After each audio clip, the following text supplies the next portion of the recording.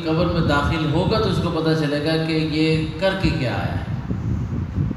اس لیے کہ جو مدرس ہے وہ اصل دین کی تصویر کو بچانے والا ہے۔ آپ نے دیکھا ہے کہ جب جنگیں ہوتی ہیں پاکستان میں 1965 میں 1971 میں جو جنگیں ہوئی ہیں، ان میں جن لوگوں نے پاکستان کے تصور کو مٹنے نہیں دیا اور پاکستان کی سرزمین پر آنچ نہیں آنے دی، تو گورنمنٹ نے ان کو سب سے بڑا نشان حیدر عطا فرمایا۔